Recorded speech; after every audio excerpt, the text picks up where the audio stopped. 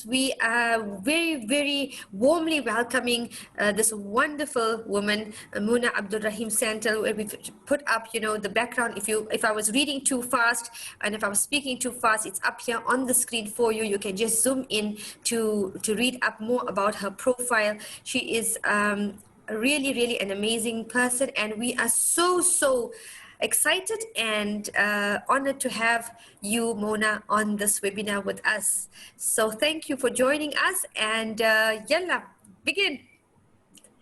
Thank you so much, Atiyya, for that wonderful introduction. But you know what? It is actually not about me, not about my background.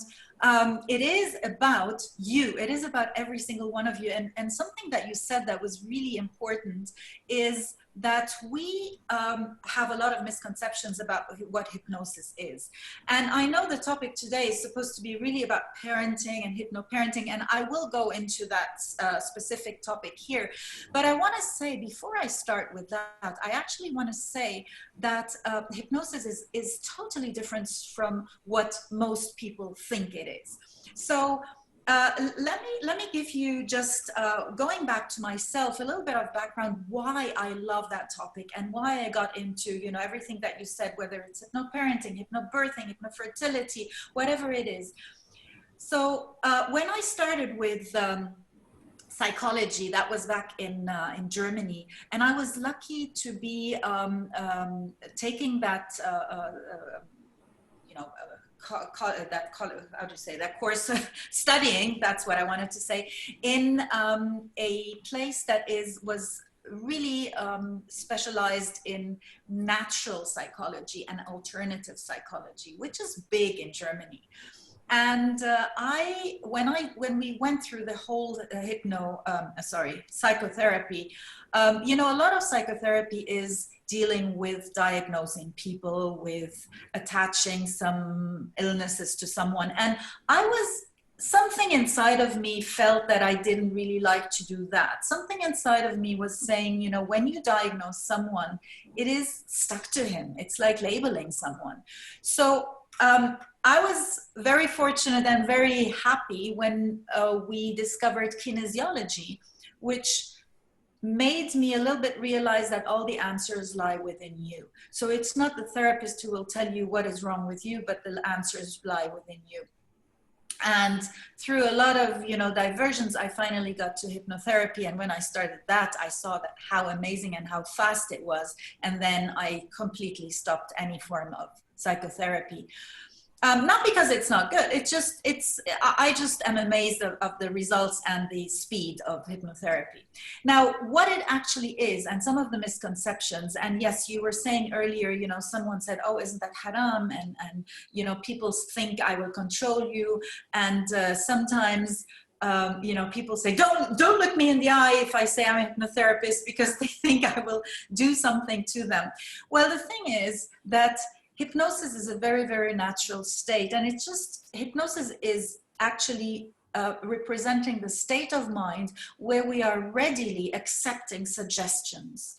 Yeah, where we are maybe not focused on one thing and someone else says something to us and that suggestion goes straight in. When are these moments? Now, I describe these moments as emotional moments. Because if we want to look at subconscious and conscious mind, the conscious mind is more the mind that thinks and analyzes, and the subconscious mind is the mind of emotions and imagination, the unreal world. Yeah. And when we are in that world, world of emotions and imagination, we are not really present, or our conscious mind is not really present to analyze what's happening. So any suggestions that are coming in from radio, from media, and by the way, media, advertising is one of the biggest hypnotists. So if you are afraid of hypnotists, be afraid of media. The other big one are, of course, parents, and that's why I got into that. Why? Not because parents mean to hypnotize, but parents actually have one of the biggest effects on children that we can imagine. Parents, and of course, everyone that the child grows up with. So there, and understanding that, and understanding that we are basically born as a blank piece of paper with a mind that is like a sponge, absorbing everything that we hear. When we understand that, we know that everything that we experience in our lives are like lessons that we learn. And these lessons get stuck with us, and we develop behaviors and beliefs that are based on what we learned. So we know that our environment does affect us a lot. Now, when I work with hypnosis, all we do is basically allow the mind to recognize and to remember these things that happened in your life and say, okay, maybe at that time, you know, maybe when I was 3 or 4 years old and I was at school and I was always shy, and then finally I hit that other boy and everybody got to like me because they thought I was strong, and then I felt strong, I felt accepted, I felt I had friends. So for my subconscious mind, in that moment, that aggression, that anger, that shouting, that pushing, that hitting was a good thing, was a lesson that I kept, because the subconscious mind will say, okay, that's great, it made you friends, it made you popular. Yeah, so I keep that habit and I grow with that habit, and that's basically all hypnosis is. You were also saying, you know, you had someone in the UK who wanted a hypnotherapist, and why I said it is so easy to work also online is because I always say all hypnosis is self-hypnosis, yeah? Because I'm not going into your mind, I'm not doing anything. You are changing whatever you're doing. So whether we're talking on Zoom or when we are face to face, you are doing the work. So there is absolutely no reason to be afraid of any hypnotherapy, because all you're doing is you are changing the beliefs that don't serve you anymore. You're changing whatever you would like to change. Does that make sense what I'm saying? Yes, I think that it makes sense in the from the scope of a person should take full ownership of identifying what it is that they need to change, and the therapist kind of guides you as to making sense of what you're identifying. Like a person may not know as to, well, why do I react aggressively now when I've completely forgotten where I picked up this habit from. You know, I didn't realize that that made me feel good and powerful and wonderful at that point. But now, 20 years or 30 years later, when my life role has changed, when I as a human being have evolved, reacting aggressively doesn't serve me now. It's causing me lots of difficulties, problems, maybe loss of jobs, affecting colleagues who say, you know, da da da da da. If I'm going, you know, I'm running with your example. So yes, mashallah, what does the audience feel? What do you hear so far? How do you make sense of what you just heard? Let's see. And you know, while the comments are maybe coming, you know, the thing is that every single behavior that we have, and this is one of the main, how do you call it, assumptions that we have in the vast field of NLP, neuro-linguistic programming, where we say every behavior has a purpose and a reason. Every behavior makes sense. So even if we now think, why am I doing that? Yeah, that behavior at one point did serve me, and my subconscious mind is just going with it. Yeah. Now I'm going to share my my slides for the parenting part of it, but I am ready to take questions also about hypnosis in general. I hope that will work now. Yes. Okay. Let me do this. And now I can. Okay, so perfect. So why I chose to, a couple of years ago, actually do that program of Hypno-Parenting is because I am an instructor for hypnosis and NLP. So I teach or certify people to become hypnotherapists. And when I do that, a lot of times I have people say to me, well, I really love to learn all of that, but I don't really want to work with it. I don't want to work as a hypnotherapist, but it is really useful for my family, for my children. So I realized that that program of actually teaching someone what hypnosis is and how it works could be developed into another program that is for parents.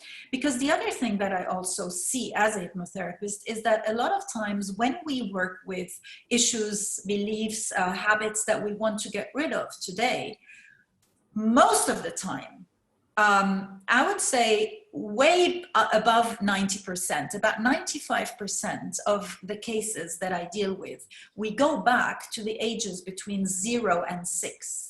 So most habits of ours don't start at the age of 12 or 15 or 20 or 33, but they actually start in our very, very first years. In fact, many of them already start in the womb, because nowadays we know that a child in the womb already feels and maybe also hears, maybe feels the emotions of the mother and what's going on in her life, whether it's physically, also that stress that is going on through the nutrition and everything that is coming in through the mother. We know that children are affected already in the womb. Yeah. So knowing that the first 6 years of your life are so crucial to your development, why not teach parents how to speak more positively to their children in that age? Why not tell them how to react to children differently in order to make them develop into more confident children, instead of educating them in a way that we were educated ourselves and forcing our beliefs upon them? Yeah. So when we know, and all parents mean well, and I'm sure that there is no parent in the world that deliberately wants to do something bad for their child. We all mean well, and we all want to do the best for our children, but sometimes we don't know how. Yeah. So I'm going to go through a lot of examples of what we say and how in what that results. So that program was basically done to give parents awareness, and it is not. If you're thinking, I know that you, on your poster, it said, how can I, where was it? How can I get my kids to listen?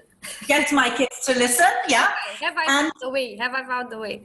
And I want to say one thing. If you are waiting for a 1, 2, 3 guideline step, there is none for children. There is none. You can read as many books as you want. One child is not the same as the other. So this program is actually not about, I have to say this, I have to put my child to bed at 8, I have to give him only 1 hour of TV, there are no rules, because it is really about awareness. There is a lot of emotional intelligence in that program. That means becoming aware of who you are, becoming aware of your habits, your strength, and also, very importantly, becoming aware of your child. And if you have 3 children or 4, here's the bad news.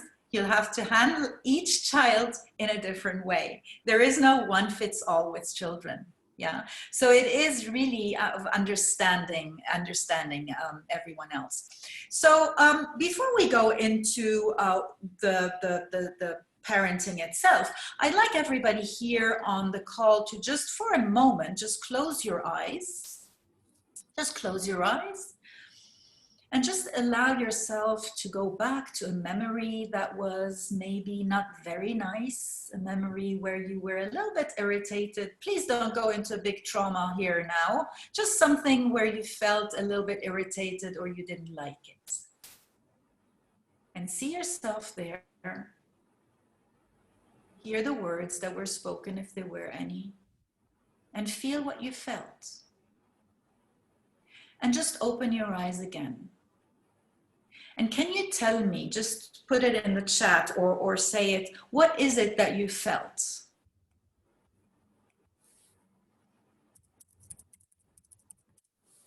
Irritation? Mm-hmm. Anger? Okay. And for those of you who are typing, did you also feel that somewhere in your body?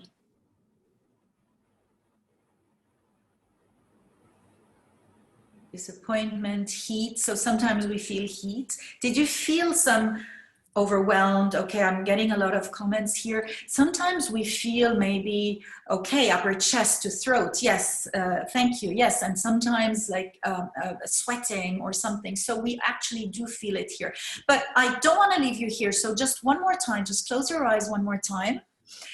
And now allow your mind to take you to a wonderful memory, a moment in your life where you felt so happy. You could be alone or with someone. Just a moment of joy, of happiness, of peace, of serenity. And again, look around you and see what you see and hear what you heard. And feel. Allow yourself to really feel what you felt.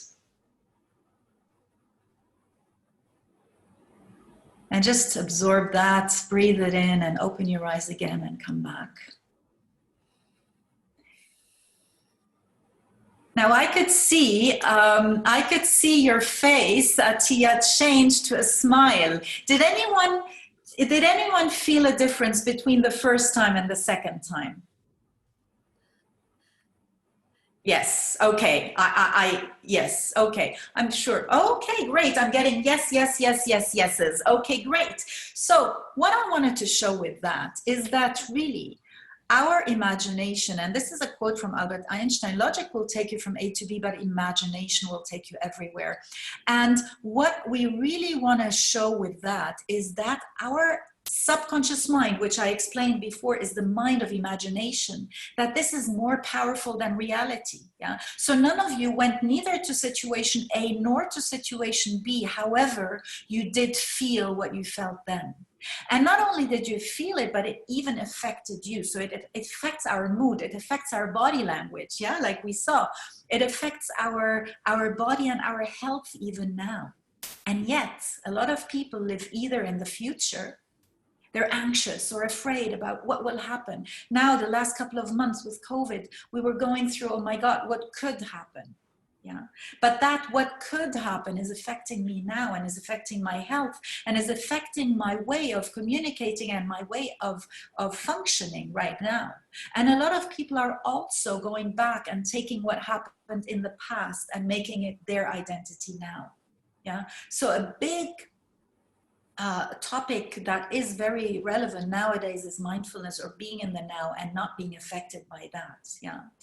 But what I really wanted to show you with that is that our subconscious mind is actually that state of emotions, is that state that doesn't know the difference between reality and imagination. Yeah. And I always like to say, when I think, I don't feel, when I feel, I don't think. So when I'm really, really focused on something, like you're focused maybe on what I'm saying now, you don't really feel something. But as soon as we go into emotions and we feel, and the higher the emotion, whether it's bad or good, whether it's fear or love and joy, we don't think clearly anymore. Yeah. I just, sometimes I just say jokingly, if you've ever really been in love, yeah, do you think clearly in that moment? Not really, right? Yeah, you just are so overwhelmed. And the same thing applies to panic or fear. When you're really, really afraid, you're not able to think clearly anymore. Yeah. Knowing that this is the case of the subconscious mind, let's look at children. Children are almost always in the subconscious mind. When they're playing, studying, fighting, they always have an emotion there. They're always emotional, especially from the age of 0 to 6. So when we know this, we know that whatever we say to them, they are in a state of hypnosis. So whatever we say to them will, like I call it, stick. Yeah. So what is it you say to your child, for example, if the child falls down and hurts his knee? Do you say, oh, you know what? I'll blow on it and I'll kiss it and everything is fine? Or do you say, oh my God, let's go to the doctor. Oh, is it hurting, honey? Is it hurting? So all of these are suggestions. If I say to someone, is it hurting or is it really bad? These are suggestions. We call them suggestions in hypnosis. This is what a hypnotist does in the session. But we are suggesting to our child that it is hurting. Yeah. The third option that many parents do is, why did you jump up there? I told you not to go on there. I told you you will fall down, right? So again, that child already has a problem, but what we are saying to him now, what he's understanding is, oh, I did something wrong, I'm not okay. Yeah. So that blame that we put on them is also a direct suggestion telling their subconscious mind, listen, you're doing something wrong. You're not okay. Yeah. So in order to really be able to understand what are we doing with our child, and again, back to your poster, how can we get a child to listen to us? The answer is, let's listen to the child first, and maybe listen to ourselves first. And here the topic of self-awareness is really, really important. I need to be aware of myself first. I need to be aware of what is it that I'm doing? What are my strengths and my weaknesses as a parent? What is it that pushes my buttons, and how do I react to that? Yeah. Do I shout when something happens? Because then let's look at ourselves in the mirror. And we then cannot attack our children if they shout, because they are only copying what they see from us. Our children are often a big, big mirror to ourselves. Yeah. What is your parenting style? What are your beliefs about school, about success, about homework, about grades, etc.? Many parents do believe that if I don't have straight A's in everything, I am a failure. Do I project that onto my children, these beliefs? Yeah. And also, how do I speak to my child? How do I speak about my child to others? Yeah. All of these are suggestions, and all of this is really something to self-reflect on. Yeah. Going back to what is my parenting style, you know, am I someone who's very authoritarian? So am I someone who's demanding a lot but not giving a lot of support? Yeah, these would be very strict parents, a lot of punishment in there. The result of that would be children who just follow orders and don't develop their sense of creativity and problem solving themselves. If we go to the other side, the opposite side, are you a parent who's very, very permissive? Yeah, what we used to call anti-authoritarian. Is my support very high? Do I give you everything and I don't demand anything from you? Yeah, these are what we call these spoiled children. But then again, here, it is really important to give them some guidelines, yeah, to give them a direction in life, to have them really realize that, yes, there are some borders and I can move within these borders, but there are guidelines for me to understand. Of course, there are parents, if we go to the low demand and low support, they are totally neglecting their children, which will result often in emotional withdrawal in the child. But where we want to go is give that child high support, but also give them guidelines, yeah? Give them a balance between you, like I said before, here is the square you can move within these limits, these barriers, but within these, you're free to move and to do your own experiences. Yeah. So this will allow the child to develop some sense of responsibility. It will also allow him to develop problem-solving skills, etc. But also know in the background that I have someone who's supporting me if I need, yeah? So think about it. What is it? What style is your style, yeah? When you do that, it is important when you do these guidelines, always one thing is important: to establish goals with your child and not for your child, yeah? We often hear, I know what is best for my child. Well, you know what? You don't. No, a lot of times say, well, I know how it is in that situation because I was once his age. But you know what? When you were his age, times were different. You have no idea as a child, as a parent today, how it is to be a child of today. First of all, because times have changed, like I said, and secondly, because every child is different. So you have no idea what is going on in that child unless you make an effort to understand that child also. Yeah. So give your love, give your support, give your love regardless of the results. Don't say you're only loved or you're only okay if you have straight A's. Don't say I only admire you and am proud of you if you get these grades. You are loved, not if. There are no conditions. Yeah, we can talk about the grades, we can talk about it, but don't put your support and your love as a condition. So one tip, the first tip here is, if you want your child to actually change, yeah, and that's going back to what I said, what you said, how do I get my child to listen? Well, first of all, look at yourself.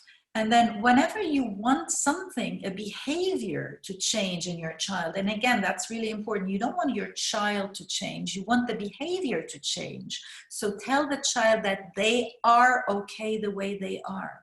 That child is okay. And then we can speak about the behavior. So as soon as we recognize the positives in them, it will boost their confidence. And a very, very quick example is, you know, my child comes home with the report card, okay? And I look at it and, oh, A minus, B plus, D. Atiyya, why that D? Oh, but mommy, look, I have so many A's. Yes, okay, but why that D?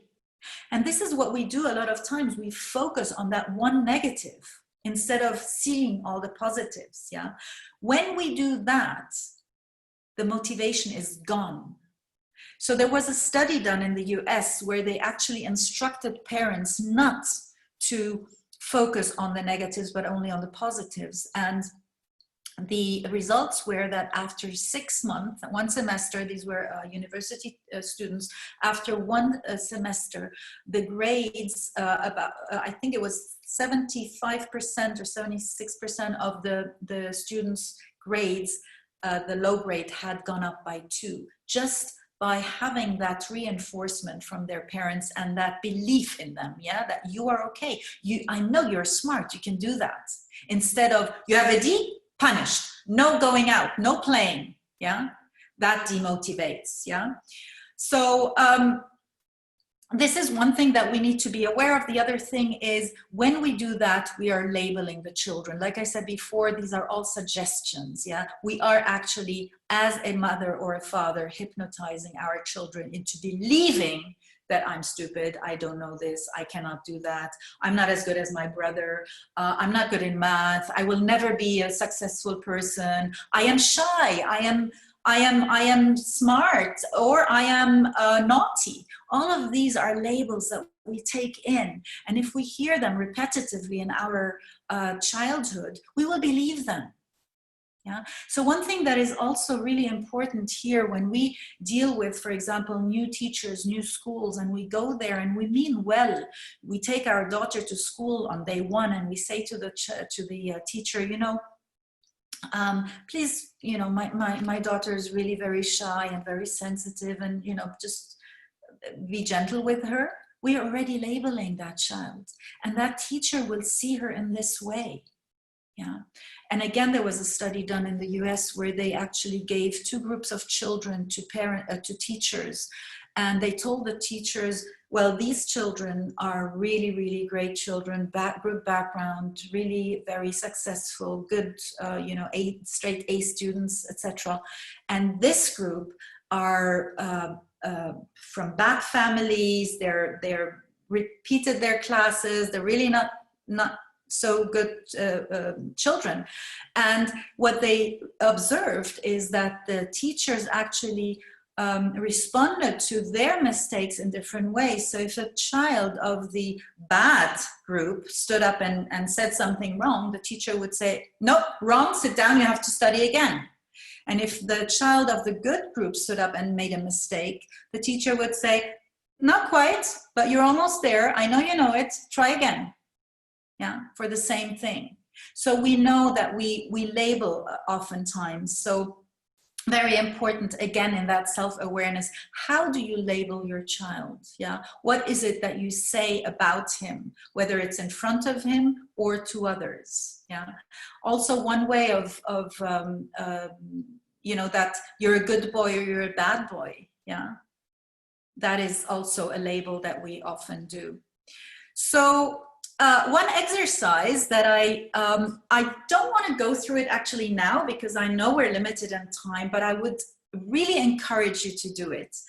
And I'll just, in a very short way, I'll just tell you how to do it. So just you close your eyes and just imagine yourself being your child. So just imagine that you are your child and you're in bed in the morning. What do you hear outside of your room? Let's say it is a time to get out of bed because you need to go to school.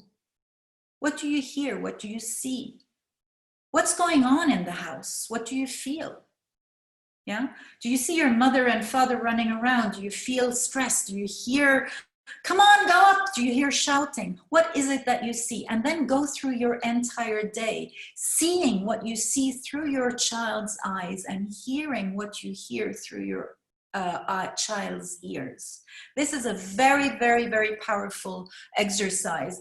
When I do my hypno-parenting classes, this usually goes over 4 weeks, and these are group classes. And when we do that, I often have tears in there. I often have people just say, wow, yeah, wow, that's really scary, you know, what's going on. So it is really an eye-opener, and this is really for you.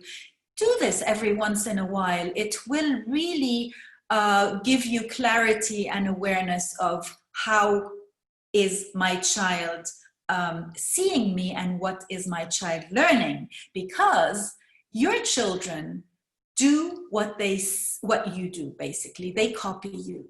Yeah. So children don't do what you tell them to do, they do what you do. Yeah. They don't learn from what you say to them, they learn from what they see. Yeah. So become aware of how do you speak. Become aware where we're talking about listening. Yeah. Are you actually listening to them? Or when they say something. Yeah. And here, really, if a lot of parents are now just self-reflecting and being honest with themselves, how many times do we actually not listen to the children? Yeah, we'll get into listening just in a moment. Yeah. So another thing that I'm asked a lot here is, how do I deal with you know, whatever it is when the child really wants attention? Yeah. So this is something that we deal with a lot, and for a child, attention is really, really important for the parents, because you as a parent are the safe haven for that child. They want your attention, whether it's in the negative or the positive. They want you to be there. They want you to be aware of them. They want you to see them and to hear them. Yeah. So if you don't hear them when they are being good, when they are being calm, they have to be louder so that you hear them. Does that make sense? You know? So a question to you, what do you actually do when your children are just being good? And what do you do when they're being bad? When they're being naughty? Yeah. Very often children get attention when they're doing something wrong. I learned that. I have 3 boys. They are 31, 30, and 29. And my middle child, when he was 2 years old, 2 years, I found him in the bedroom with scissors cutting the curtains. And I said to him, look, what are you doing? And he was only 2 years old, but he looked at me and said, Mommy, I wanted you to come. And I will never forget that story, because it really showed me that children will do anything to get their parents' attention. Yeah. And that story really stuck with me. So do that. When your child is, give them attention when they're doing something good, when they're just not expecting it, when they're being unnoticed, when they're just sitting around and painting or playing. Just go over them and give them that attention. But then comes the hard part. When they're shouting or fighting with each other or doing something, just ignore. And you know what? This is an exercise that I usually give in week 1.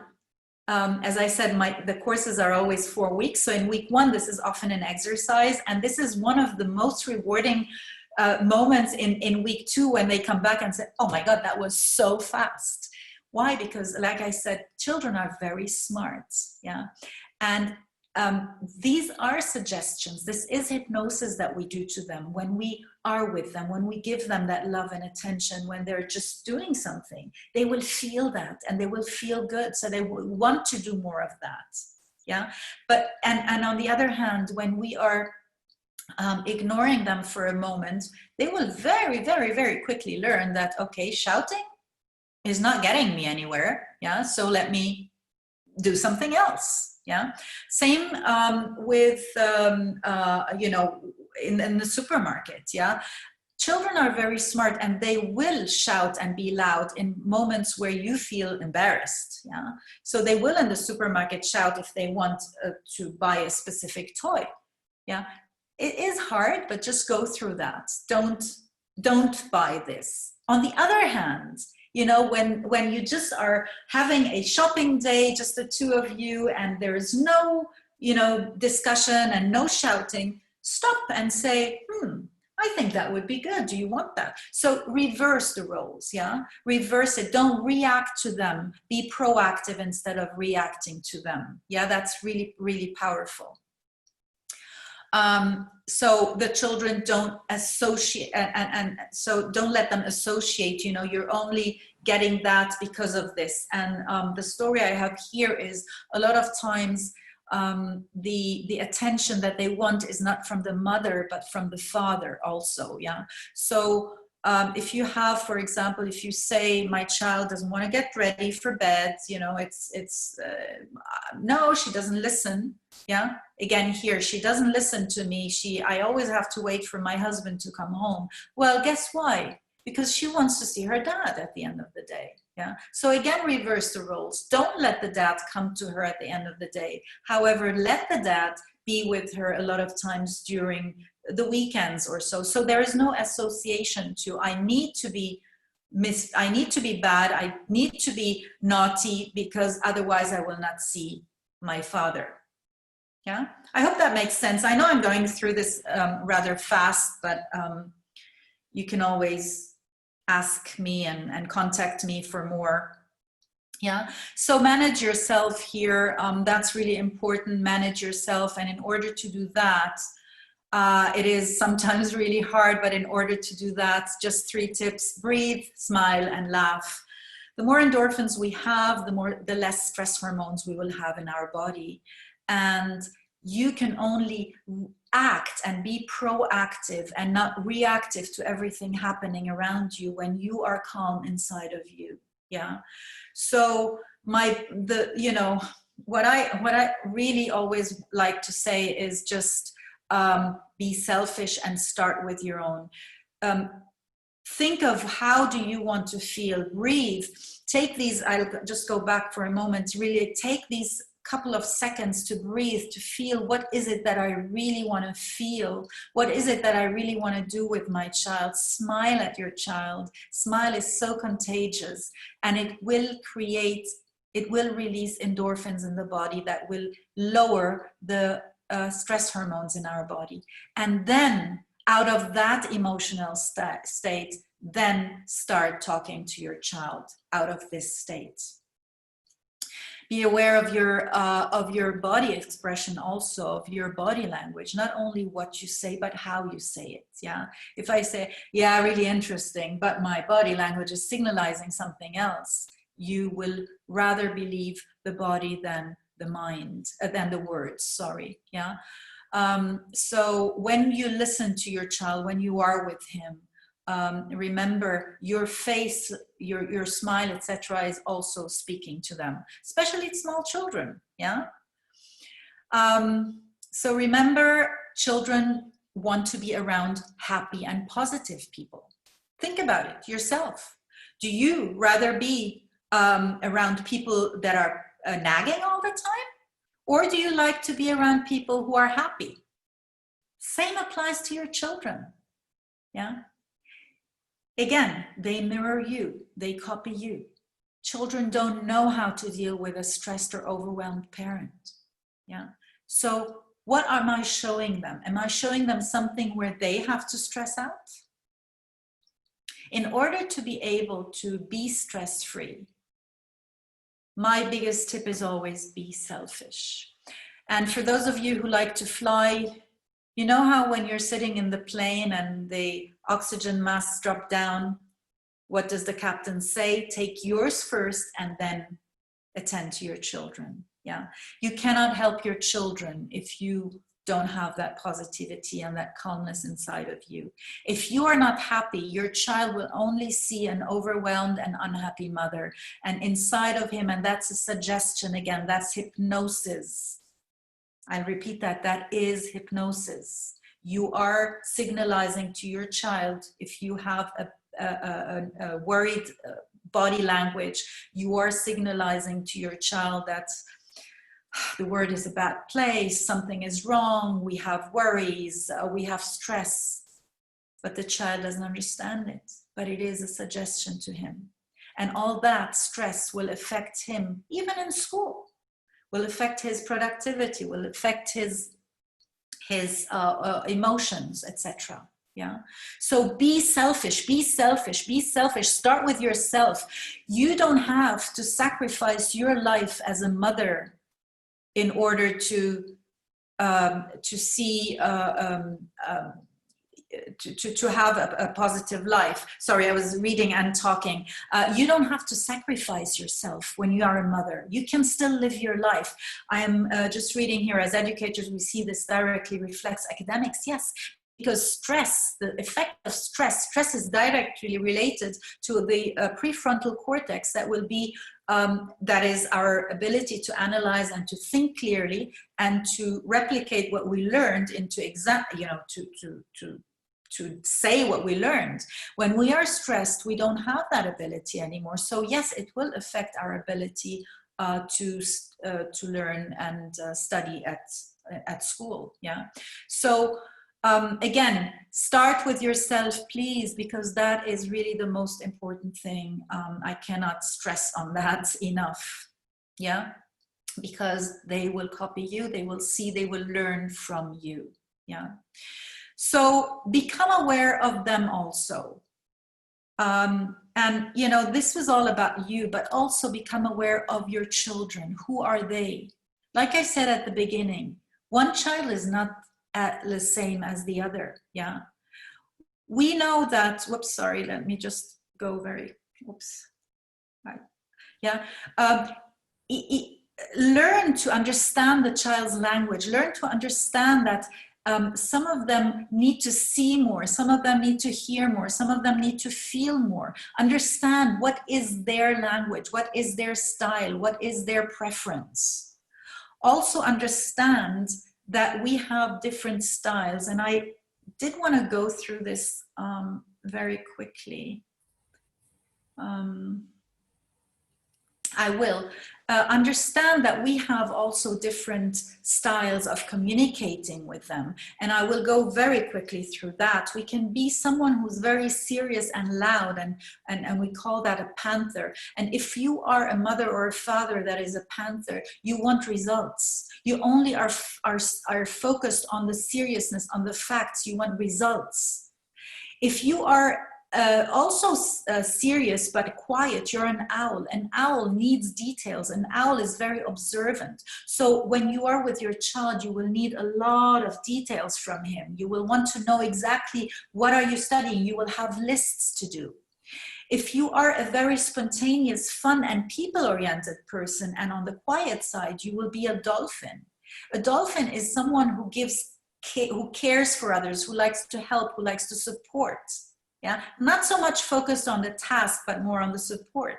And if you are on the people side, but loud, you're a peacock. And peacocks like to share ideas. They're loud, they're spontaneous, they like networking, they like parties. Yeah. So now just imagine for a moment that you're a panther, you're result driven. And you say to your child, hey, in 10 minutes, you're ready because we're going to the beach. And 10 minutes later, your child who's a peacock and your child who's a panther, they're both ready at the door. But the child who's an owl is still in his room. And then you say to him, why are you always the slowest? Look at your brothers and they're faster, they're already there. You're still in the room. So what I'm now saying to the child, and that's again a direct suggestion, a hypnosis, is you are slow. You are not as good as others. But I need to realize that that child just has a different processing that goes through his mind. Because while the spontaneous one just ran and said, yeah, fun, let's go to the beach. This one, in his mind, had a list. Okay, we're going. When are we coming back? What are we doing then? What am I dressing? Is that warm enough? They have a whole list that they go through. Yeah. Again, we can translate this into how we see children. Yeah. And for the fun-loving child who is really that peacock, yeah, the primary need for them is fun and happy parents, whereas the sensitive child, which is the dolphin, needs that connectedness, that family. So for that child, it is really important to sit together and to have these family dinners, for example, to listen to them differently. For the fun-loving child, by the way, it's very important also to listen to them because they are very creative, they're very bubbly, they have a lot of ideas. For the determined child, it is really important to be active, to have new experiences. They want results, they want speed. And for the serious child, it is really important to understand and respect their time, respect their way of seeing things. Yeah. And when we do that, when we understand our styles and the styles of children, then it is really important to communicate in their style. Yeah. So if I have 3 children, one of them is an owl, one of them is a panther, one of them is a dolphin, I need to speak to each one in their language. Yeah. Because like I always like to say, I do a lot of communication trainings. And it's always, wenn ich jetzt in Deutsch das ganze Training mit euch machen würde, dann würdet ihr nichts verstehen, oder? And now you just spoke to us in a language we don't understand. Absolutely. So I could do the whole talk, this whole webinar in German, you wouldn't understand a word, yeah? And that's exactly what we do with children. We say, but I told you 10 times.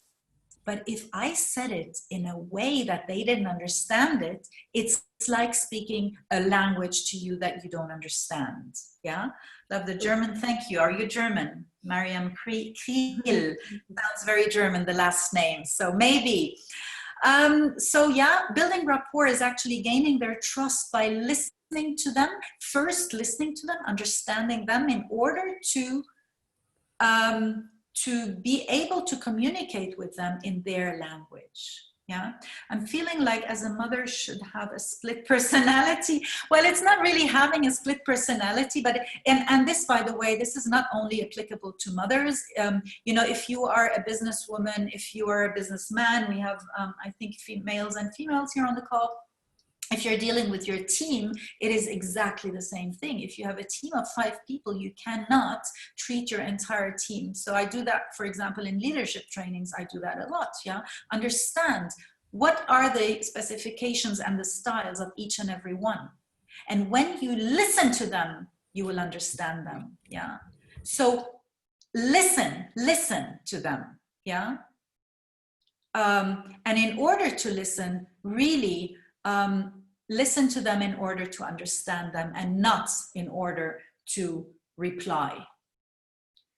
Atiyya, I think you just wanted to say something? Nope. Yeah. So listen to them in order to understand. Don't listen in order to give advice or to judge them or to just know better, but just listen. Listen with your ears, listen with your eyes, and listen with your heart also.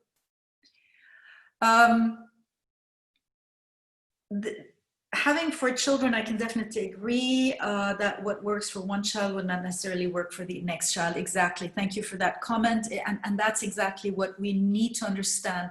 And when a child feels heard and respected for who he is, we will have a better connection. Yeah, what I just said, that rapport. Yeah, and that's basically,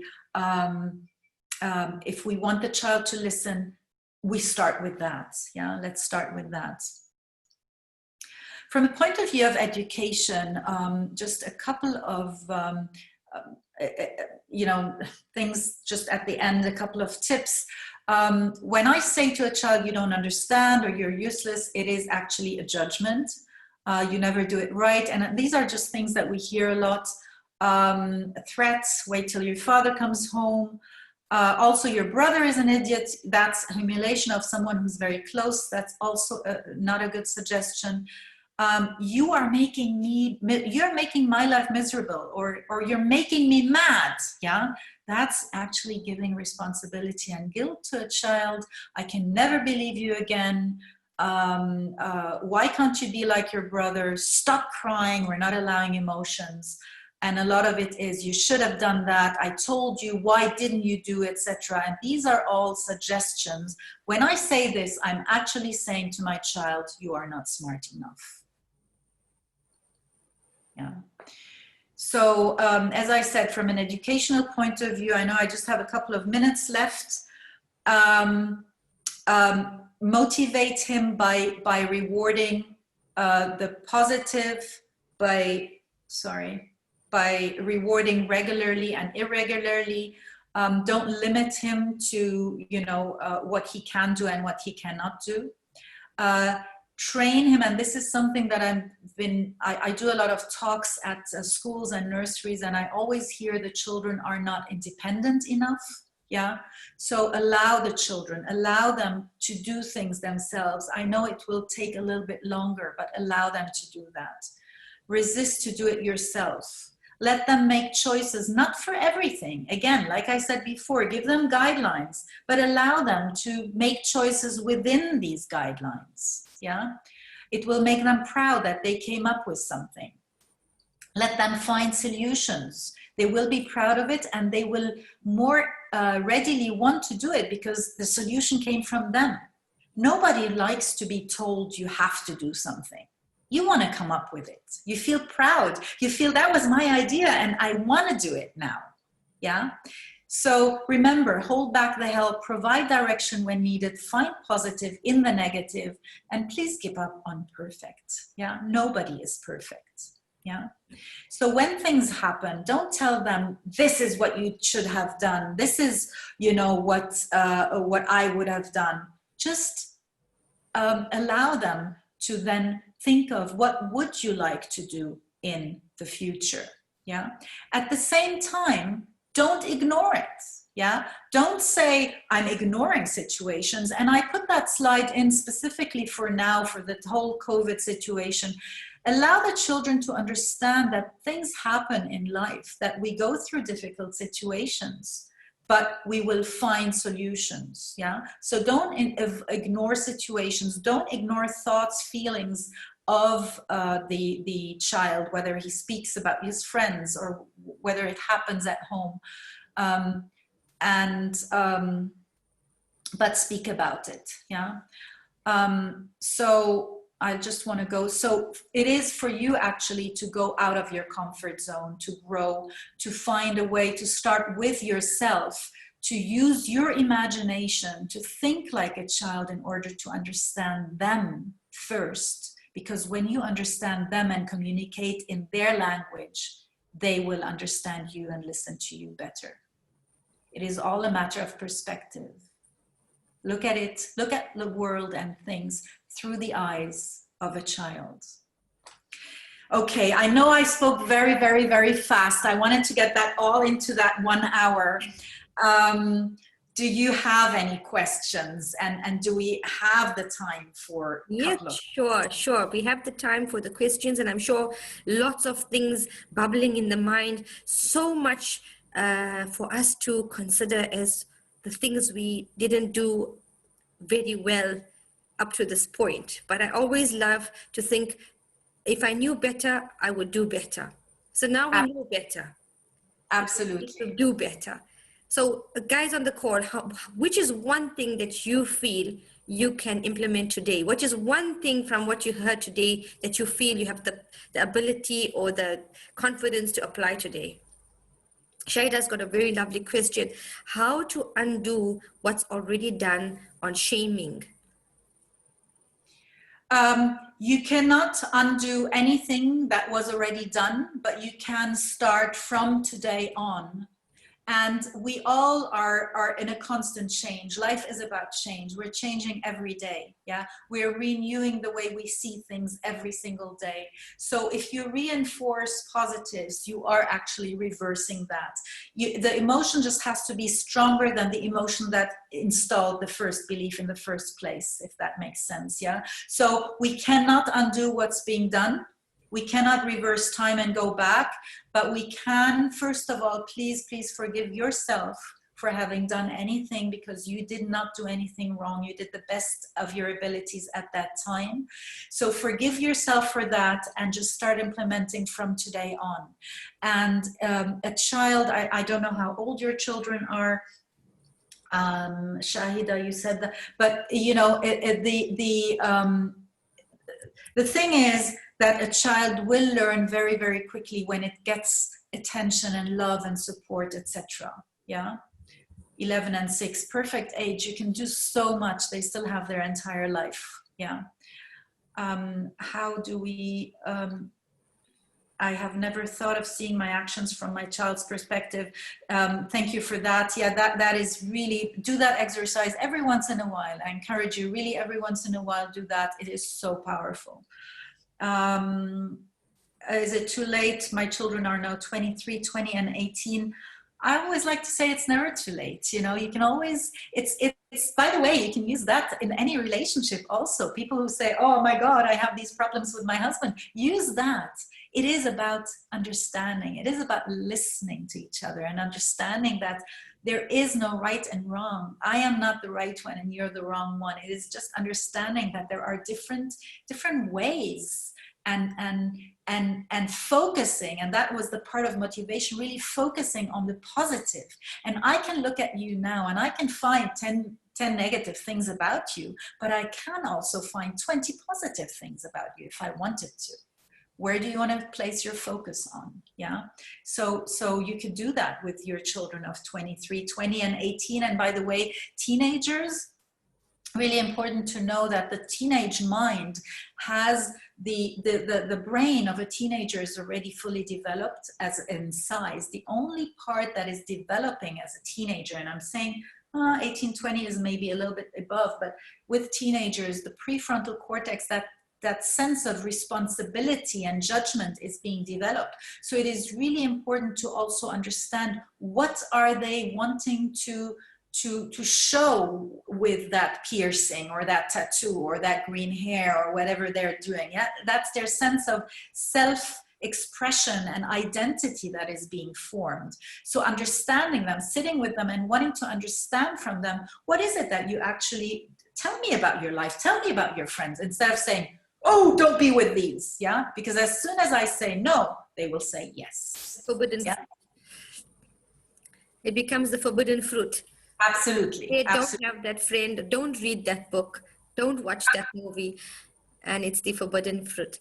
What lovely questions, guys. Thank you for all these amazing questions. If parents are on polar opposites on discipline, how do they treat a child of 5 years? What do we do? And then linking into another question from Aisa Gul, when couples have different parenting styles, how do you manage the situation and enforce positive parenting with 3 kids? That's a very good question. Yeah, both of them are related. Understand also, and like I just said, this is really, really important to do with your partner also. Yeah. So when I said earlier, for example, discover what are the goals with your child and not for your child. Understand also that why do I see things differently than you see them? Understand my point of view, understand your point of view, and find a good solution. Before finding a good solution, understand also the point of view of the child and then find a solution together, not find a solution for the child, find a solution with your child. Yeah. So if you and your husband have different parenting styles, it doesn't really matter. You can find a solution that works for your child. Yeah, find a compromise, basically focusing on the positives of your style and on the positives of their style. Yeah. And again, if you do that self-awareness exercise with your husband, with your partner, you will realize that, okay, I know that I have some strength and I have some weaknesses. Go back to that very first slide, that very first question. What are my strengths? What are my weaknesses? And the more emotional intelligence you have as a parent, the more you will recognize also your weaknesses. Everybody has that. That's so amazing, because I think even in that exercise, we need to be cognizant of when we assume that our style is better, may not be better, it's just that that's all we know because our parents raised us with that style. So a lot of times we need to come with a real consciousness and real courage to face, well, what have I been doing?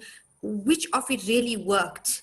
Did it work because I just thought that it worked, or it works because the results show it worked? Absolutely, absolutely. And you know, one of the things that I learned, you know, all of the studies I didn't teach me as much as my travels taught me. I lived in Lebanon, I lived in Germany, I lived in Finland, I lived in the UAE, and I lived in Saudi Arabia. And each one of these countries have totally different cultures. And this is what taught me: there is no wrong and right. It is really understanding that each culture, but also each family and also each child, has a different way of seeing it. And just because I live in a culture where, for example, in Germany, when I go into a meeting, I have to shake hands, because otherwise it's considered to be, you know, not rude, but yeah, actually rude. Yeah. But in Saudi Arabia, I don't just, you know, nobody just shakes hands with one another, also here in the UAE. Yeah. So we need to understand there is no right, wrong, or right. Nobody's shaking hands worldwide anymore, Mona. Sorry? Nobody's shaking hands worldwide anymore. Corona put an end. Oh, now, yeah, absolutely. And you know what I always say now, if you go, the children who are growing up today now, yeah, just go ahead about 10, 15 years. You know what we will have in, we as therapists, we will see a lot of people with maybe OCD, obsessive compulsory disorders. Why? Because don't touch, clean your hands, wash your hands, you know, all of these things that children might have seen a lot from their parents. Oh, I could go on and on about how to behave with your child in this time of COVID, but not today. But yes, you know, some of you are asking, I do have one-on-one sessions. I do have group sessions. In fact, I don't know, can I share? I have a, for anyone who's interested in actually becoming a hypnotherapist, I have a course starting on the 15th that will, because I know we have a lot of coaches probably here also on the call, right? I do have a certification, a US certification that is starting on the 15th of October now. And an NLP course starting only in 4 days, neuro-linguistic programming. But also I do have 2 hypno-parenting courses, and I just was seeing if I can share that just for a moment here. Can I show that? Sure, sure. I have that coming up also. This is for parents, yeah, not for coaches, but really for parents. I have one option that is 2 hours, 6 times 2 hours in the evening, or 4 times 3 hours on a Saturday. You can go, this is my website, mindyourpower.org, and if you go to the event button, you will see all the courses there where you can register. I just wanted to show that for the people who really are interested. These are online courses, Mona? These are all online. Yes, all I'm doing now is online, and it's working so well, so well. Yeah. This is my number. If anyone is interested, and my email address, you can send me an email. You can ask me questions about your children. And as I said, if you are interested in becoming certified either as an NLP coach. I have a training next week.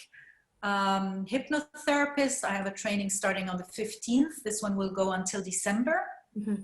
It's also online, and as parents itself, as I said, these two options here. I think that's an absolutely amazing opportunity, and it's something that is so required in terms of looking at it as an investment, as to how much do I put into my understanding and my parenting that I can take forward into the future, that I can teach my brothers and sisters, that I can implement as a grandparent, and that I can share with my parents, so that when they're talking to my children, they're not reenacting or undoing the stuff that I'm trying to do. A lot of times we find in different cultures, grandparents and teenagers are not getting along because the grandparents are using the same language they used with us growing up in the 70s and 80s. And kids of today are not listening to that type of language. They don't respond well to that type of language. Yes. And it creates a kind of a divide. And as parents, we may be stuck in the middle as to, oh my goodness, I would love my child to want to spend more time with grandma or grandpa. But the child doesn't want to go to visit grandma or grandpa because they don't feel good when they're there. So that's a point to consider.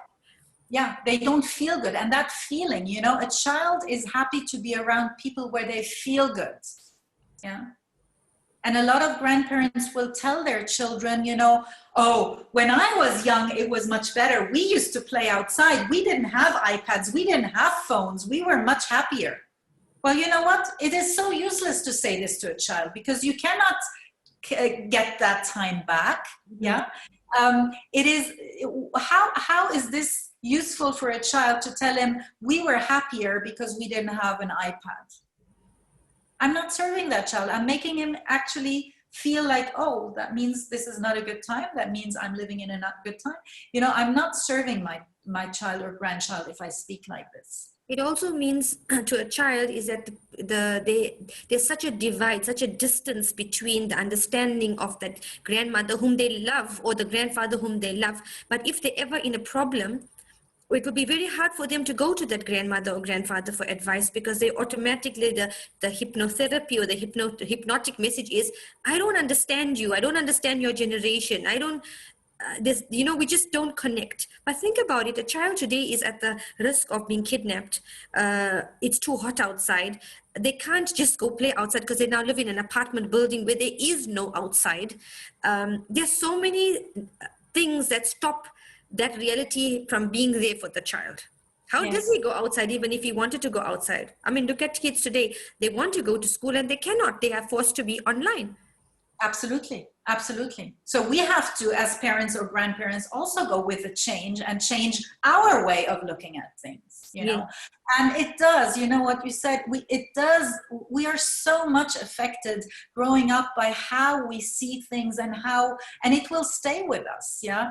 I was very, very, very fortunate. My dad passed away 2 years ago. He was 98 when he passed away, and he was with me, and he was my, I think a little bit where I got that positivity from, that role model. And I remember when we left Lebanon, this was in 76, there was the civil war in Lebanon that was going on for a year. We had lost our home and he had lost the work and everything. And then we decided to leave by car because nothing else, it was really a bad time. And when I look at my photo albums that my mother used to make at that time, and I go through the pictures, everyone who would see these pictures would say, wow, what a nice trip. Because my parents managed to make that trip for us. Yes, we knew that we're leaving someplace because there was war. I was 13 at that time, so I did understand that. But also, they were not like, oh my God, everything is bad. But we were not staying in 5-star hotels anymore. We were staying in a little motel, yeah. But we had one another, and I think that feeling of, things are happening, bad things are happening, but let's stick together and let's make the best out of the day we have today. Yeah. And this is maybe something also that a lot of parents can do now during that COVID situation of saying, okay, you cannot go to school. How can we make the day at home the best for you? Yeah. I think that is really something very valuable to give your children. I would definitely agree. I said to my little 9-year-old yesterday, I said, how can we make each day count? Yes. And take his input into how he feels the day should count. But, can he look back at the day and say, today counted because I did this, or I enjoyed that, or I learned this? Yeah, how wonderful, yeah, when a child can do that and look back and not look back and say, oh, I had a terrible childhood. What a great responsibility it is to be a parent. What an amazingly great, I mean, we knew that before, and the famous saying is parenting is a jihad, it's a struggle. Now it's an even bigger responsibility. Now that with great power comes great responsibility. Now you've given us the power of some extra knowledge. Now we've got a greater responsibility to think about how we speak and what are we saying. And it's so, so important. And the famous thing I always say, nobody said it's going to be easy, but it's definitely going to be worth it. It is worth it, definitely. And it is a responsibility, but maybe it is not easy if we start, and again, I want to go back to my be selfish. Start with yourself. Because if you get into the habit of doing things, you will do it with your children also. So be kind to yourself, be gentle to yourself, be aware of the communication that you do with yourself. How do you speak with yourself? And if you are respectful to yourself, if you are happy with yourself, if you wake up in the morning, look in the mirror and smile at yourself and say, okay, what are we doing today? You will get into that habit of seeing positive things, and that will reflect onto your children also. So again, it is easy if you get into the habit of being like this, not only at home, also at work with your team members, with your customers, with whoever you are with, So Just beautiful. make it. So beautiful. Respecting children is a concept very very unheard of in many cultures, and not respecting children as in terms of their human rights, not to be abused, not to be neglected. We kind of respect those large parameters, but when it comes to respecting the child in the home, like knowing his personality, listening to his preference, understanding why he's feeling or reacting that way. So one of the participants said she's guilty of not listening to her 17-year-old, and they're constantly at loggerheads. Respecting, actually sitting down with yourself today over a cup of tea and asking yourself, how do I respect my 17-year-old? How does my 17-year-old daughter feel or see that I respect her? Or does she feel that I don't respect her at all? Where would she look for respect? Heavens forbid, in the arms of the wrong person, looking for the respect she didn't get at home. Yeah, and the respect starts, and I love that comment here, not guilty of not listening to my 17-year-old daughter, because there is where the respect comes. Because if my daughter says, I want to go and go on that party, and something that I cannot understand maybe, yeah, but sitting down and really listening to her and let her talk about it. Let her talk about her feelings about it. Let her talk about her life. Really wanting to understand her. And again, going back to not understand in order to judge, not understand in order to give advice, not listen and be prepared to say something, but just listen and say, I really want to understand you. I'm really interested in that because I can learn from you. And just sit there, and when they are done, don't say anything. Don't say, yes, okay, I understand, but. Remove that word, but. Yeah? So I think that listening, going back to listening to your children, understanding them, because they have a reason why they're doing that, why they want to, why they have their opinions. They see the world from a different point of view. And who says that their point of view is not, I don't want to say better, but more relevant than ours? And I So think, let us learn from our yeah, children. it's when we have that a mindset of we need to learn because they're living in a different reality to what we understand their reality is. This is a very key part, that we are open to understanding, because their world is constantly changing at the click of a button. Their world is constantly changing. Us listening does not mean we agreeing to a 17-year-old going to a party where there's going to be alcohol and possibly drugs and boys. It doesn't mean that you're saying okay and condoning and relinquishing any parental responsibilities. It means that you're giving your child an opportunity to bounce their ideas. I mean, how many times haven't we had an idea and then we talk it over with a sister or a friend and we see the contradictions in what we think just by verbalizing? And bouncing those ideas off. And we feel so good just by talking it out. It kind of makes sense as we talk it out. So Yes. listening to that child would be letting them make sense of what they're thinking as they talk it out. And giving them that space to realize that, well, I'm here to listen. I'm not going to get angry, and I'm not going to shout, and I'm not going to judge, as you rightfully said. Ask the right questions, that would point them in the direction to, does this fit with your values as a person? They might not even know what their values are. Well, what are the values of our family that you may want to borrow while you're figuring out your values? Is safety a value for you? Is reputation and character value for you? Well, what would this mean if you went to a party of this nature? What would that mean for you in terms of how you'd like to position yourself as you're entering a new university? What kind of pictures are you putting of yourself online? What is the impression that you're giving others about you? So these are the kind of things that they'll only listen to your point of view if you kind of listening to their point of view. Otherwise, it will just be that divide again, similar to the grandparent and grandchild. Like, there's such a distance. Doesn't matter what I say, they don't understand me, and then they have that negative belief there. Yeah, they don't understand me, and what you just said. I really want to reinforce that. Ask instead of saying, just ask. And okay, so if you went there, what would happen? And what would happen if you didn't go there? Just ask them, so they will reflect and they will come up with the right solution. I mean, that's what we do in coaching, isn't it? Yes. Just ask the questions and let the person come up with the solution themselves.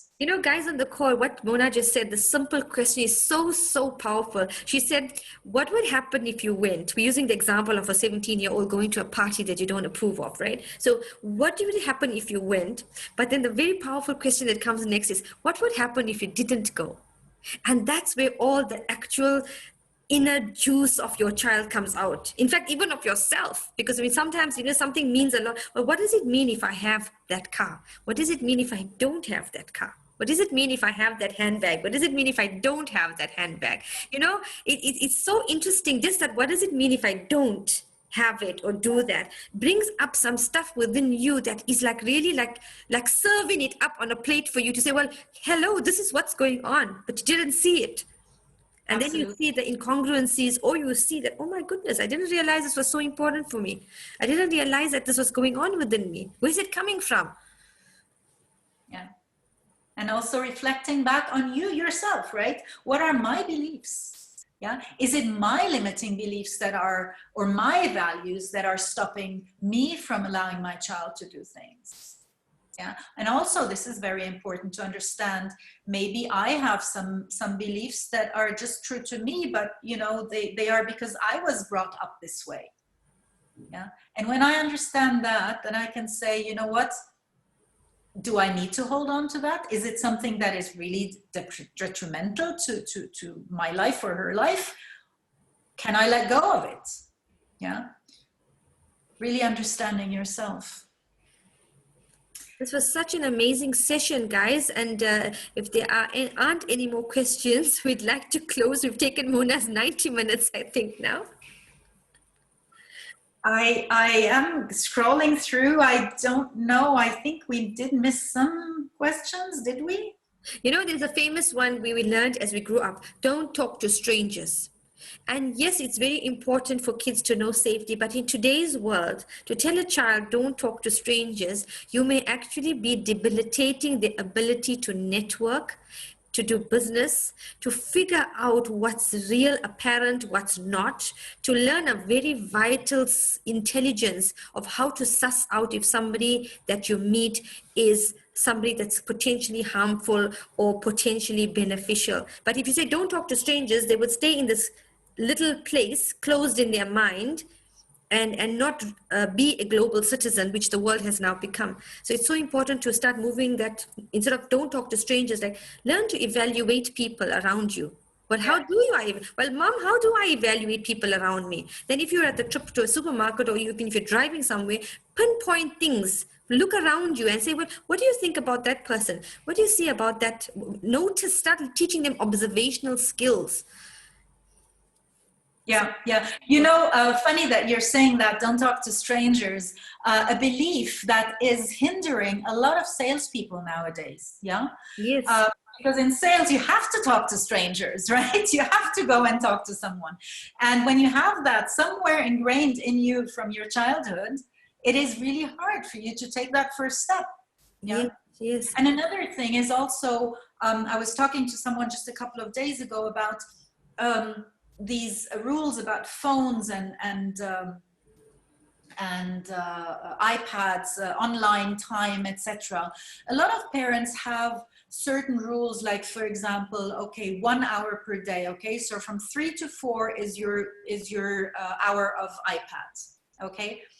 Now, what will happen if I have this regulated this way is that a child could be playing or having a nice talk or with whoever, you know, and then it is 5 to 3 and they will leave everything because now I need to go because this is my 1 hour that I can get on my iPad or online. Yeah. So instead of regulating it this way, make it more flexible for the child. Yeah.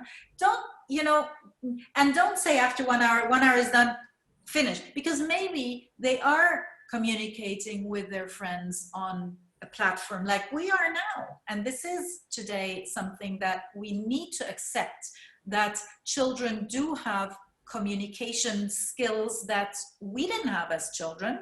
We didn't communicate over the internet, but life is changing. So yes, again, we need to, of course, it's all balanced, and we need to maybe know where they're going. It can be dangerous, but it doesn't have to be dangerous. That's, you know, what all I say. So if they are talking to someone and it is 10 past 4, but they are speaking to their friend who is now in America and they haven't seen them for a year, half a year now, you know, let them finish that conversation another 5 minutes. That's what bonds people together. Yeah. And we do see a lot of children who have connections. If I go back to my own children, you know, they studied in so many countries and they have now friends all over the world. And if it wasn't for platforms like Facebook and Zoom and WhatsApp and all of that, they would be limited to where they are now. But this way they are traveling. I mean, my sons were at weddings in Sri Lanka and in India and in Canada and everywhere, you know, because that's what connects them, connects people. So we do need, as parents or grandparents, also to understand that the world has changed. And like you said before, if I forbid my son to be on a computer or don't give him a phone until he is I don't know, 15, let's say, I don't know, he will be missing out on a lot of things that children learn earlier, because nowadays technology is a must. You cannot go into a company and not know how to use technology. Yeah. So this is something that we need to also reflect on. And it's always a little bit of balance. Last question for you, Mona, regarding the nail biting. In fact, was asked before, it kind of slipped past us. How do we deal with the child who is biting the nails? She is sensitive. We try to give her emotional support, but from the age of 9, she just has not stopped. And the mom has identified that it began with when she had a certain teacher at preschool. There are cases where I would say, you know, just refer her to a good hypnotherapist, because that could be really done in 1 to 2 sessions. Sometimes there are deeper things that a parent cannot really reach to. So all the tips that I usually give are for things that are happening right now. But if I do want to go back to things that happened in the past, that whole therapeutical part, I would say just, you know, bring her to whoever, take her to a good hypnotherapist, and they will be able to help her with nail biting. Yeah. Just to give you a very short example, I was working with a girl. She was, I think, 15, 16, something like that. And in the session, she used to move a lot, and she didn't feel she had a lot of friends. And in the session, she remembered, she just went back, and our mind connects. You know how sometimes you hear a song and whoom, your mind goes back to a place, or you smell a certain smell? And that's how we work in hypnotherapy. We work with that same function of the mind. And her mind took her back to a situation where she was in a new school, in a new country, and she was all alone, and she saw all the girls sitting together in that classroom, and one girl was really popular. And she remembered seeing that girl just putting her hand in her mouth like this. So her mind learned in that moment, oh, I need to put my hand in my mouth too, so I become popular too. And that's how our mind functions. Yeah. So it doesn't always need to be a big trauma. However, you know, if it's things that are way back, just take her to someone. They will be able to help very quickly, 1 or 2 sessions. Sometimes it's difficult for the conscious mind to be able to access that little point which the hypnotherapist helps your subconscious mind. Very simple techniques, nothing that would be as contrary to some belief. You know, lots of stuff going around amongst the Islamic circle that, oh, hypnotherapy has to do with witchcraft, and it's got to do with things that are, you know, in the occult. And I can't understand where that comes from, because from what, I mean, I'm not a hypnotherapist, but from what I've interacted with various hypnotherapists, Muslim and non-Muslim, I haven't once come across any such thing. And I definitely would not promote any such thing if I did feel, you know, promote it as a therapy or promote it as a talk to certainly be discussed if there was any such thing. Have you heard similar things in the Arab community, Muna? Look, this is, you know, when you introduced me, I do know that there are a lot of misconceptions and a lot of fears.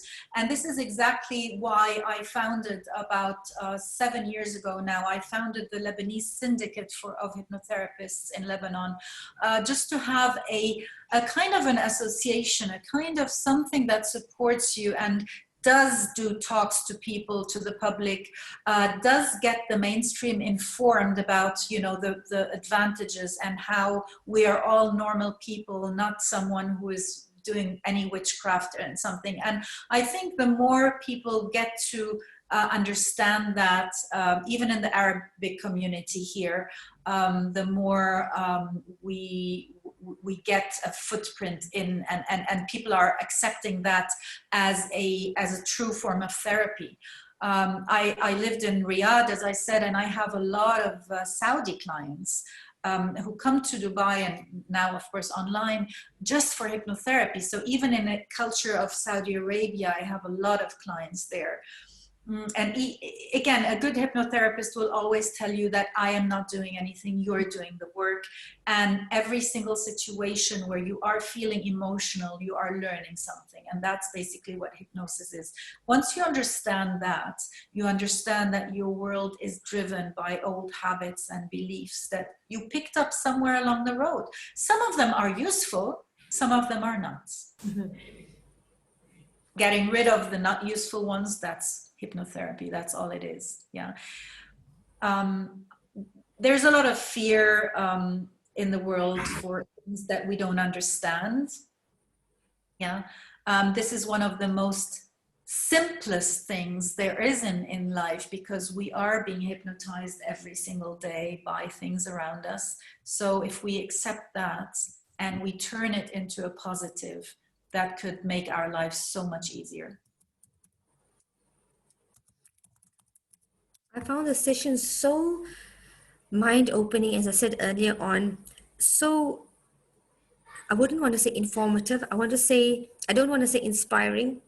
I want to say empowering. Empowering, even though that's an overused word, but this session was truly empowering because it gives us, not just me, and I can speak on behalf of everybody judging from the comments here, is that it's given us an opening or cast some light onto a lot of shadows that we have habitually been doing as a parent. You know, we've been just doing what we know or what we thought is correct because we're running in the motion, you know, we're just running in the motion and doing a lot of stuff without being mindful, as Libby just said just now. You know, I think it was Libby that spoke about mindfulness. No, it was Sadia said important thing to be mindful.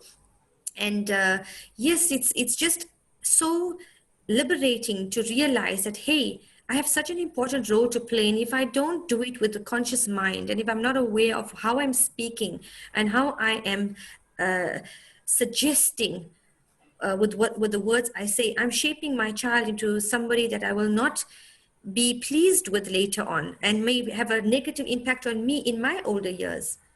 Yeah, yeah. I mean, just that awareness, really, like you're saying, you know, how am I impacting that child? And think about it. Again, your child had a fight at school. He's 5 years old. He had a fight. He comes home and says, they all hit me today and they don't play with me. In that moment, all he wants is someone to understand him, someone who, you know, really is supporting him. And then you say, why didn't you go and tell the teacher? You have to go and tell the teacher next time. What did you do? I just shattered him. He had a huge problem and now he has a second problem. One problem is they don't play with me. Now I have a second problem that, oh my God, I did something wrong. I don't know how to react. I'm doing something not okay. So just think about the effects of your words before you speak them, yeah? Don't react, but just take that moment of breathe, think about what emotion do I We lost you on sound, Muna.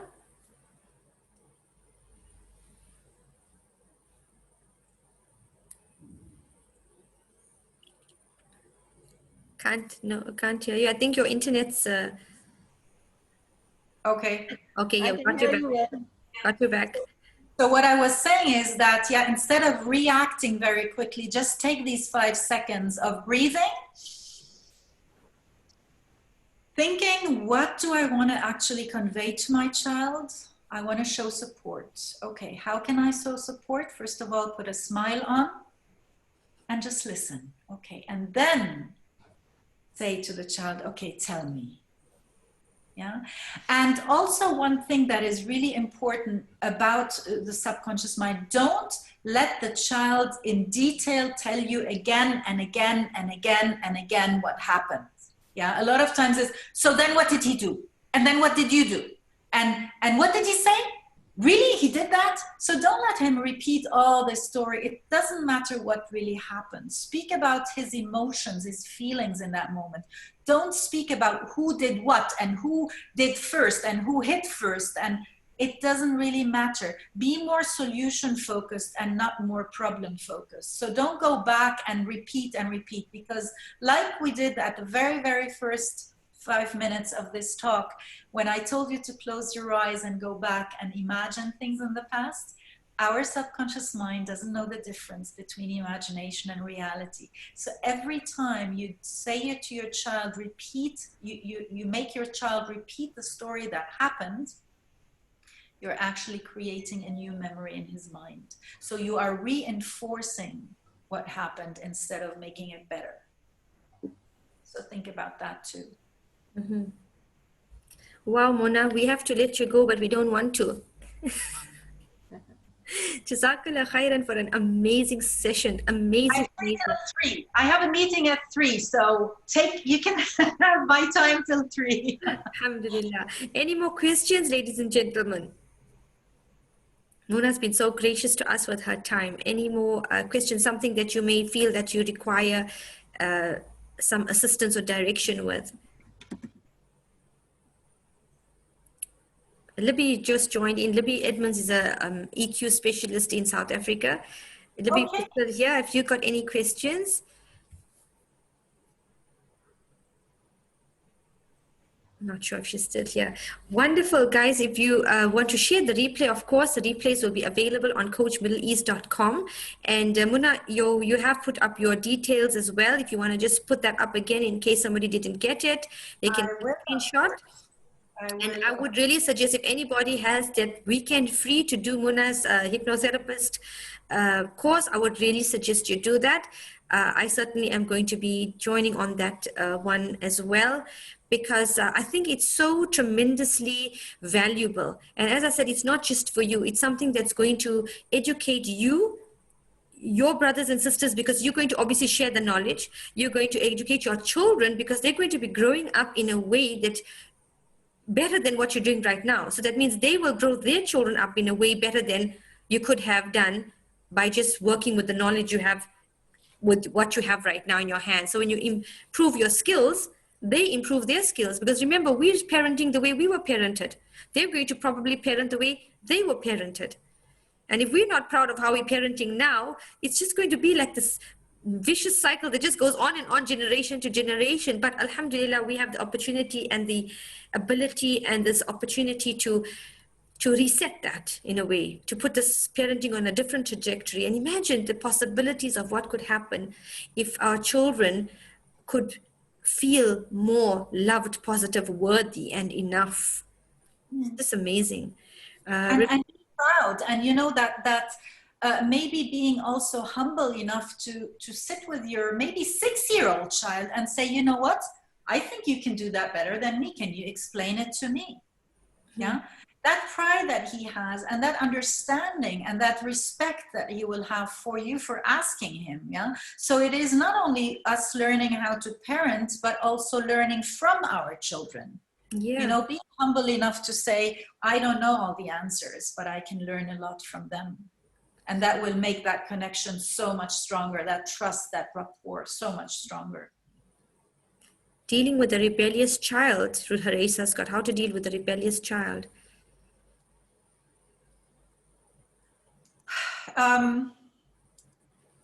I you know, in a couple of words, of course, this has to go more into what do you mean by rebellious, etc. I want to go back to what I said earlier. Can you put a mirror in front of you? And I'm sorry, I always go when a parent brings a child to me and says, fix my child, I'll always start with first asking them questions about themselves.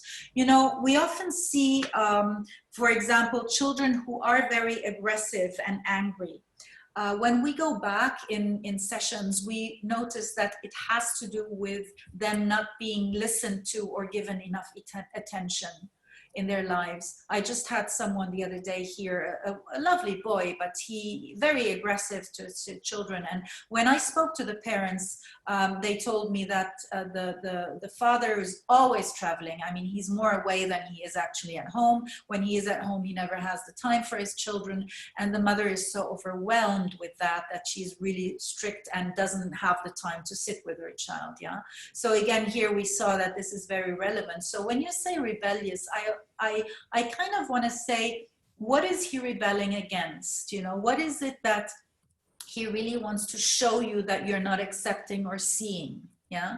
Of course, it goes, you know, you'd have to ask more questions to understand what it is that he really feels. But go into his feelings and ask him. Yeah. We do see a lot of relation between angry children, aggressive children, rebellious children, and just the fact of not being listened to, not being given enough time and attention and respect also from the parents. Yeah.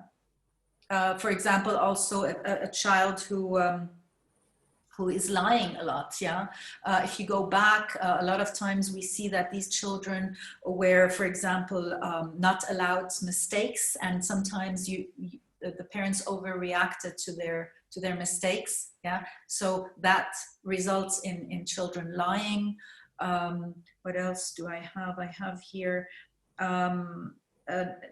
no confidence, children with low confidence. Yeah, we go back and see that the parents often just tell them what to do instead of letting them come up with solutions.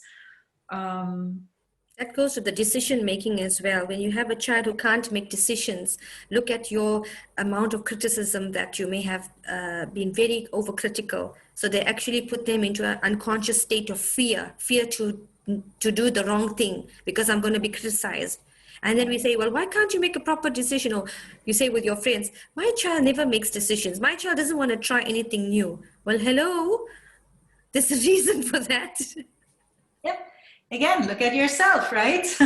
People, just the other day also, someone was telling me, he never wants to sit with us. He always wants to go. And then I noticed that in her stories, the time that they had together, for example, they always at meals, they had their TV going. And how can I teach my child proper communication if, we sit together, TV is on, yeah? Or the same thing with phones. They say to their kids, put off your, and I'm here, and I have my phone on the table next to me when I eat, when I go, everywhere. And I say to my child, you're always on your phone, but I have my phone in my hands. Yeah. So always these things, reflect on, let's just look at yourself. I think that's really one of the biggest tips maybe. Thank you again, Muna. We have really been so privileged to have so much of information in such a short session, such a short, powerfully impactful session on our lives. And I think all of us are going to go today and really ponder deeply on what we can do in little bits. They say learning, whatever you learn and you start implementing in the first 48 hours, you would actually see fantastic results because you started implementing. Now, I know it might be not impossible, but it might be difficult to implement everything you learn today, but start with a little bit. As Mona said, be gentle on ourselves. Take a little bit and tell yourself you did a good job at the end of today or tomorrow. Well, I did that better. That was really good. I want to thank everyone really for, especially you, Atiyya, for making that possible and for what you just said, because that is really so relevant. Take something a little bit here and there, and it might not all be applicable to everyone. It's, as I said before, it's not a guideline. It's not a how-to book. It's just a guideline, and it's more about that awareness. So if you are more aware of yourself and your children, you might find that this is applicable to me, but this is not. Yeah. So like you just said, take out whatever you can. Now, I just remembered, I do have an old, a small ebook with 10 tips of how to be an emotionally intelligent parenting. And I would say what I can do here is I'll just type in my email address, and whoever would like that book, I will send you gladly a copy of that ebook. Wonderful. Thank you so much for that, Muna. So I just typed in my guys, if you want that free ebook, please just email Muna at mindyourpower.org. That will be an amazing time. And Libby, I believe somebody in South Africa looking for your details. Libby was on our Coach Middle East show last month, and she also did an amazing session on emotional intelligence. So much. She runs it with the 6 Seconds organization, which is also in Dubai. Libby, if you can just contact Sadia there and give her your details in South Africa, she's looking for you. Yes, what's amazing about this Coach Middle East is that we've had people log on from Australia, Turkey, different countries, Ghana, South Africa, UK, Canada, at different sessions, depending on the appeal of various people. And there's a lot of webinars out there today, especially, it just everywhere you go, there's a new webinar and a new webinar and a new kind of series. But what I really feel happy about, if I can even say the word proud about, is that with Coach Middle East, we have this little coaching session, like this group thing where people can come in this personal space, 20, 25 people. Sometimes our largest one was about 80 something. But then in those huge ones, not everybody feels comfortable to ask a question because there's just so many people. We have this kind of intimidation. And what we've evolved into is that this little coaching space where we feel so comfortable that we can share that, you know what, I've got this issue, or I need help with that, or what do you suggest with this, or can I contact you, or can I network with you? And I just love that. And thank you everybody who comes onto the call. I really, really appreciate the audience that comes up every week and from different places. You're surprised, like, hello, and it's a new person to meet and a new person to interact with. And that's just so blessed, I think, so blessed by the good intentions and the idea of wellness. We just want this wave of wellness to reverberate and reverberate and reverberate. So we just become better humans, better servants to God, better families, better societies. It's like this famous jellyfish or a starfish story, you know, so many starfish being washed out and the man was throwing the starfish back. And somebody comes and says, well, you know, there's a million starfish beached on the shore. You're doing a pointless thing by throwing them back into the sea. He says, but I made a difference to that one. And I made a difference to that one. That one gets a chance to live, and that one gets a chance to live. So alhamdulillah, you know, just the little connections. You don't know where a small little domino can hit onto another one, and a whole big building can fall down at the end. Yeah, that is true. That is very true. And I'm so grateful for having been able to throw maybe one star into that. Alhamdulillah. You definitely are the star of the moment, let alone the stars that we all are. Alhamdulillah. Thank you, Muna, so much. Your last parting advice before we close the session. Thank you, selfish. Be selfish. Do something for yourself right now. Do something for yourself that makes you smile, and then everyone around you will just feel that energy. You know, we are energy beings, and we are, and we do emit whatever we feel. So start with yourself. Yes, I like to say be self-full. Yes, Muna is definitely on Instagram. If you look for her Mind Your Power, you'll find her. I am not on Instagram. Sorry. I found you on Instagram yesterday. I hope to be back on Instagram and Facebook very soon. My Facebook and linked Instagram accounts were hacked and disabled. No. And I tagged you there. I am on LinkedIn though. I am on LinkedIn. I am on Twitter. Not using it so much. And I am hoping to get my Facebook and Instagram back. But yes, please check my LinkedIn. So it's either you find me at Mind Your Power or at under Muna Abdul Rahim Santal.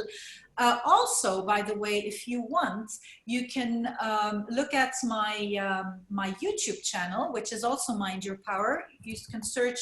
Don't go for my name, go for Mind Your Power, because I used to do walks on the beach every morning. So I have a walk and talk series with inspirational talks and walks and talks. And also I have another series that has a lot of tips where I interview other people like you're doing, Atiyya, right now. You know, if you're interested of having more, you can also find me there. Yes, I actually went on to your first, one of your first webinars that you had in April. It looked so interesting. It was about the mirror work. Somebody was, you had a guy and he was talking about the mirror work. It was so interesting. I didn't get to watch the whole thing, but I said, okay, I'm pinning this and I'm going to go back. And I would suggest even with you guys, you know, you can go into Mind Your Power. Muna's did, I think for about 2 months, she had some amazing speakers, international speakers there on her platform. You'll see it and you can find it on YouTube. And as well as the Coach Middle East, every session we've done every Saturday since May 2nd when we started, different doctors, psychiatrists, you know, people from all different walks of life and health and coaching backgrounds have just come with this love for wanting to just live their own personal passion, not just, you know, I mean, we had psychiatrists and doctors who are at a hospital or or in a job, you know, and yet even though they're serving people, they may not be serving their own joy and their own passion as to all the other things that they've learned along their journey that they can't share in their work box, but they could share it with us online on an international community. So such a beautiful, beautiful amount of, you know, stuff to download from all these people. It's just amazing, really. It's that energy that, you know, combines, that connects everybody. I think that is so powerful.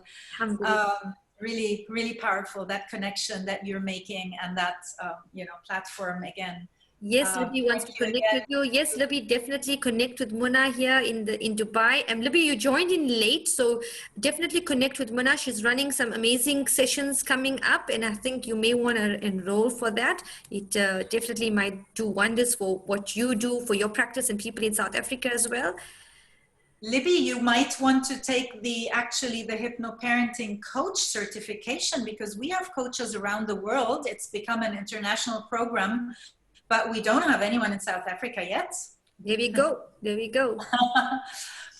Yeah, I hope if you can send me an email, Libby, because I don't know where your email is. Oh, I know I can save that chat. By the way, I don't know if you all know that, but you can just click on the 3 dots next to file and save the chat. Wow. Well, mine gets recorded immediately, so it comes into the Zoom. Yeah. So for everybody, and this way I can go through the questions again and through the emails and everything. Lovely, lovely. Wow, Alhamdulillah. Thank you again, Muna. Jazakallah khairan.